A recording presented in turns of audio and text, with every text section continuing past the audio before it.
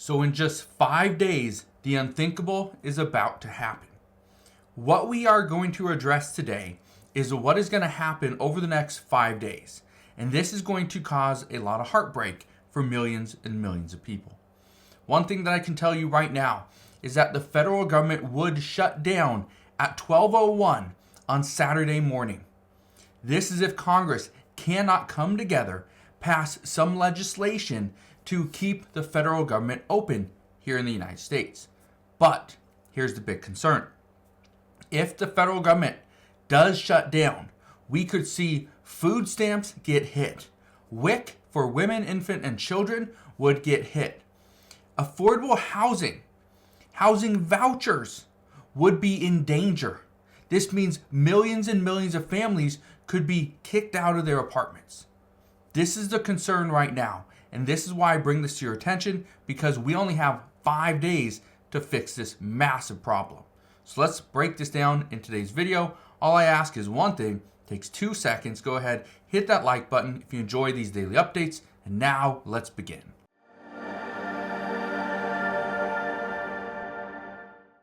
So here's where things are at. Democrats are warning of a potential government shutdown, even though President Biden is calling a meeting with lawmakers. President Biden is calling this meeting. It is for tomorrow. On Tuesday, lawmakers such as Senate Majority Leader Chuck Schumer, there'll be Hakeem Jeffries from the House, there'll be Speaker Johnson also from the House. We are going to get even Mitch McConnell there as well. So these 5 people, including President Biden, are going to sit down and discuss how can they keep the federal government open. Well, here's the thing. They are struggling, and here's why. They can't come to agreement because many lawmakers are putting poison pills into this legislation. I want to show you something, okay? I want to read you what Senate Majority Leader Chuck Schumer and what Speaker Mike Johnson have both had to say over the past couple of days. Look at this. So this first one is from Senate Majority Leader Chuck Schumer. He said this yesterday, and he said that the lawmakers hope to have legislation ready this weekend to give members time to review text, but pin blame on House Republicans shortly after, saying it's clearly the party needs more time to sort themselves out. Says we are mere days away, 5 days to be exact, from a partial government shutdown on March 1st, unless Republicans get serious. The extreme Republican shutdown will endanger our economy, raise costs, lower safety, and exact undertold pain on the American people. Let's discuss a couple things. First off, is it going to endanger the economy if we get shut down? Yes. Is it going to be a Republican? Is it going to be because of Republicans? No, it's going to be because of Republicans and Democrats. It doesn't matter who says, hey, it's because of them. It's both. And the president himself. Is it going to raise costs? It's going to hurt people. Is it going to raise costs for the United States? Not necessarily. Is it going to raise costs for the American people? Yes. Here's why. If WIC doesn't have any funding and they can't give people vouchers for formula or for milk or for just nutrition, right? For women or for mothers, those families then have to go and pay for formula. Formula is not cheap. It's expensive. So yes, it could raise costs. Will it lower safety? As of March 1st, or technically it's March 2nd, no, it's not going to impact safety. Will it impact safety after March 8th? Yes, because that is when it would have an impact to the FBI and Homeland Security. So yes, it could impact safety at that point, but not over the next week. So let's just keep that in mind. Let's keep reading this though. Let's hear what Speaker Mike Johnson had to say as well after listening to Senate Majority Leader Chuck Schumer's comments. He says, despite the counterproductive rhetoric in Leader Schumer's letter, the House has worked nonstop and is continuing to work in good faith to reach agreement with the Senate on compromise government funding bills in advance of the deadlines, which is coming up. Says Leader Schumer's letter fails to mention that many of the points still being debated come from new Democrat demands that were not previously included in the Senate bills.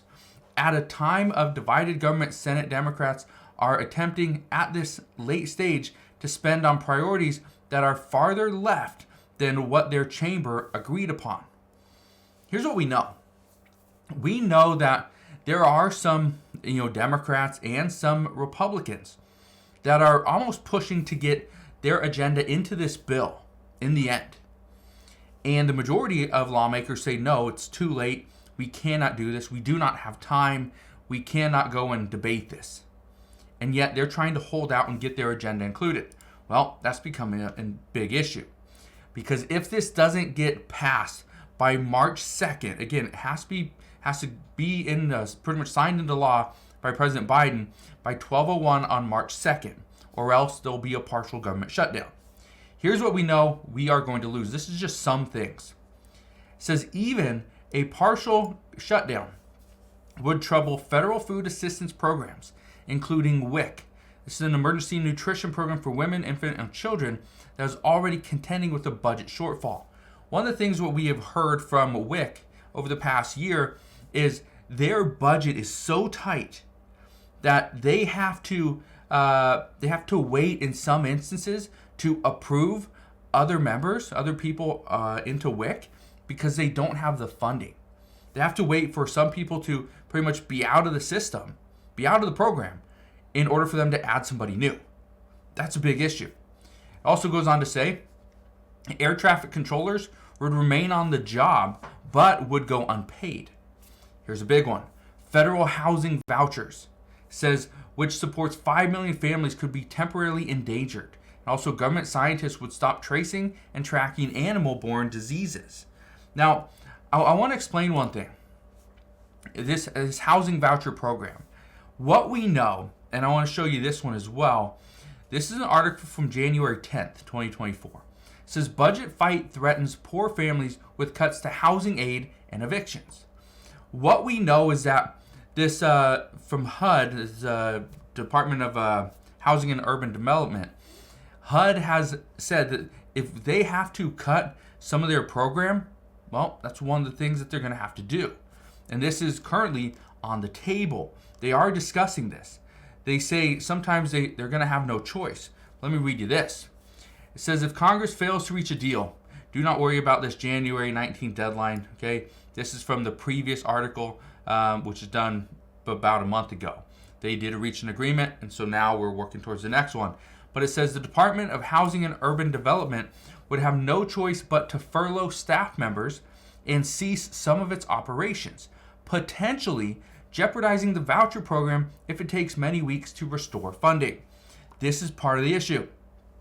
If we see the voucher program hits a delay, we could also see that many people are not, given that opportunity to wait for this benefit to come back.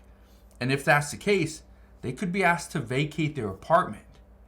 Now, I bring this up for a couple of reasons. One, this is a huge issue if people are being evicted from their homes. But the second reason why I bring this up is because where do those people go? Normally they would go to a homeless shelter. Guess what? Homeless shelters are at max capacity. They have people sleeping on the streets waiting to get in. That's how serious it's become. Because we have so many immigrants that have come into the United States without a place to go, with no job, no food, no home to go to. They're going to homeless shelters and they are taking those spots. Guess what? If we go and evict people from their apartments that have been in there for years simply because we cannot pass a government funding bill, and then they're going to go to a homeless shelter, try to get in, and they're going to be told, sorry, we're at capacity, come back again tomorrow. How serious is that? Because this is a problem that we have created ourselves. That's the issue. So again, just understand what we are about to face, and hopefully we don't go through this. Hopefully Congress can reach an agreement. But if we face this problem in the next week, millions of people could be thrown out on the streets. Millions of people could be left to their own devices to try and afford formula and milk and things for their children. This could cause a lot of people to panic. And what the FBI and law enforcement officials have said is if we see an additional crisis on our hands at this time, they expect and they're fully anticipating an increase in crime, and it may double over the next 6 months. So that's where we're at this time. As soon as I get any more information, I promise I'll fill you in on all the latest news and updates. But that is what we know as of today. So again, thank you guys for watching. Consider subscribing, and I'll see you guys on the next one.